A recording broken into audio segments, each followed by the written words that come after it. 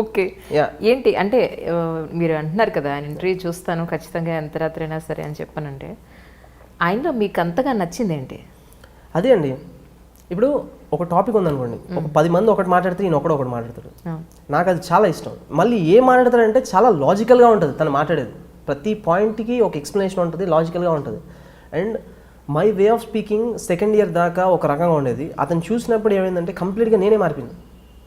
ఆ kind of speaking కానీ, ఆ కైండ్ ఆఫ్ ఆలోచన కానీ, ఇవన్నీ అంటే తను ఇప్పుడు నా మీద తనకి ఇంట్రెస్ట్ ఉండకపోవచ్చు. నేను చెప్తాను కదా, మీరు కలుస్తానంటే చెప్పండి. యా, మీరు ఛాన్స్ డెఫినెట్లీ డన్. నేను ఆయనకి ఫోన్ తను లేకపోతే నా లైఫ్ లేదు. And I can say this on record, media ముందు చెప్తున్నా. తను నన్ను ఎంత ఇన్ఫ్లుయెన్స్ చేశాడంటే, నా ఫ్రెండ్స్ ఒక 5 ఉంటారు, వాళ్ళందరికీ వర్మ పిచ్చి ఎక్కించా. ఇప్పుడు వాళ్ళందరూ ఆయన ఫ్యాన్స్. మై గాడ్, వర్మ గారికి ఇంత హార్డ్ కోర్ ఫ్యాన్ ఉన్నారంటే నేను నమ్మలేకపోతున్నానండి అసలు. అది కూడా ఒక సివిల్ స్క్రాచ్ చేసిన ఒక పర్సన్. అతను క్రైమ్ చూసే విధానం అవ్వచ్చు, ఇంకేదన్నా అవ్వచ్చు. అతను ఫస్ట్ నేను ఇంటర్వ్యూస్ చూసాను కాదు, సినిమాలు చూసాను. అక్కడ నుంచి ఇతను ఎవరు అని తెలుసుకోవడం స్టార్ట్ పెట్టా. అప్పటి నుంచి అతను సినిమాలు చూడడం అనేసి అతను చూడడం స్టార్ట్ చేశాను. సత్య అవ్వచ్చు, కంపెనీ అవ్వచ్చు, one of the best movies I ever watched.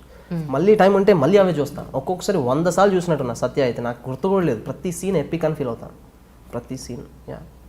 ఆయన మీ కళ్ళ ముందు వస్తే కనుక మిమ్మల్ని కలవడానికో లేకపోతే మీరు ఆయన కలవడానికో ఏం చేస్తారు ఫస్ట్? నేను ఏమి చేయనండి అతని ముందు. ఏమి చేసినా వేస్టే, అతను నన్ను పట్టించుకోడు. అలా అంటే ఎలాగా? Now you have your own designation కదా. Yes, definitely. అంటే నేను ఏదైనా గ్రేట్ అచీవ్ చేసినప్పుడు, లేదంటే ఏదైనా డౌట్స్ అడగడానికి, ఒక క్రిమినల్స్ మైండ్ సెట్ స్టడీ చేయడం కానీ, ఇంకా దేనికని సైకాలజీ స్టడీ చేయడం కానీ, అప్పుడు అతను వెళ్ళి కలిస్తే బాగుంటుందని నా ఫీలింగ్. కానీ ఏమి పని లేకుండా వెళ్ళి అతను కలిస్తే జస్ట్ హాయ్ చెప్తాడు, వెళ్ళిపోతాడు. సో నాకు అది ఇష్టం లేదు. ఆయన నన్ను ఇగ్నోర్ చేయడం నేను భరించలేను. అది వండర్ఫుల్. లేదు, ఇప్పుడు మిమ్మల్ని ఇగ్నోర్ చేసే ఛాన్స్ ఎక్కడ? ఇప్పుడు మీరు డెఫినెట్ సివిల్ సర్వెంట్గా ఉన్నారు.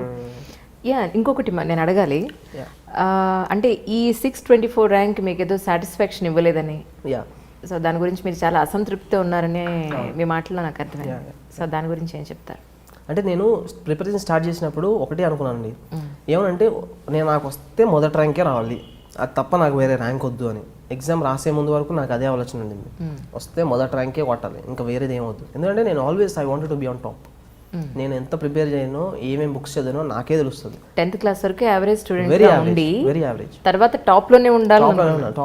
సో రెండు కాంట్రాస్టింగ్ ఉన్నాయి, రెండు ధృవాలు. ఎందుకంటే ఇప్పుడు నేను అతను వర్మ గారిని చూసినప్పుడు ఏమి నేర్చుకున్నానంటే, ఈ ఎక్కడున్నా మీరు టాప్గా ఉండాలి, లైఫ్ని చాలా ఇంటెన్స్గా యూ హ్యావ్ టు లివ్ అని తన దగ్గర నుంచి నేను నేర్చుకున్నాను అనమాట. సో ఈ సివిల్ సర్వీస్ సిలబస్ కూడా నాకు తెలిసి చాలా దగ్గరగా ఉంది. హిస్టరీ కానీ, పాలిటీ కానీ, ఇండియా గురించి నేర్చుకోవడం అనేది నాకు చాలా బాగా అనిపించేది. సో ఇది నాకు వెల్ వర్స్ సబ్జెక్ట్ కాబట్టి నేను ఏమనుకున్నానంటే, దీంట్లో మనం ఎట్లాగో టాప్గా ఉండాలి. ఇప్పుడు మీరు ఎగ్జాంపుల్ ఏమైనా తీసుకోండి, ఇప్పుడు ఒక కొత్త అతను టాలీవుడ్లోకి వచ్చాడు ఇండస్ట్రీకి. అతను ఏమనుకుంటాడు, సినిమా తీసేటప్పుడు యావరేజ్ సినిమా తీద్దామని అయితే రాడు కదా, హిట్ సినిమా తీద్దామని వస్తాడు, సూపర్ హిట్ సినిమా తీద్దాం. అలా నేను కూడా దీంట్లోకి ఎందుకు వచ్చానంటే, ఫస్ట్ ర్యాంక్ కావాలని వచ్చాను. ఇప్పుడు ఏదైనా పని చేసినప్పుడు we want to be on the top. So నేను కూడా I wanted always first rank. But something went wrong, ఏమైందో తెలియదు. ఇప్పుడు నేను ఒకసారి ఇన్ ద హైండ్ సైడ్ ఒకసారి రీకాల్ చేసుకుంటే కొన్ని బ్లండర్స్ చేశానని నాకు తెలుసు మెయిన్స్లో. అండ్ హోప్ఫుల్లీ నెక్స్ట్ టైం అవి రిపీట్ చేయకుండా ఉంటానని నా ఫీలింగ్. ఇంకోసారి రాస్తారైతే రాద్దామని అనుకుంటున్నా. ఇప్పుడు నాకు హోప్ఫుల్లీ ఐపీఎస్ వచ్చే ఛాన్స్ చాలా ఎక్కువ ఉంది. అండ్ నాకు ప్రిఫర్ చేసిన క్యాడర్ కూడా వస్తుంది. సో రాయడంలో అసలు అర్థమే లేదు. బట్ బెటర్ ర్యాంక్ నాకు కావాలి. I want to launch my self in to the society with a better rank. That's your mental satisfaction. And I'm not for 624 is not for me అని నా feeling. ఇది ఇంకెవరిదో.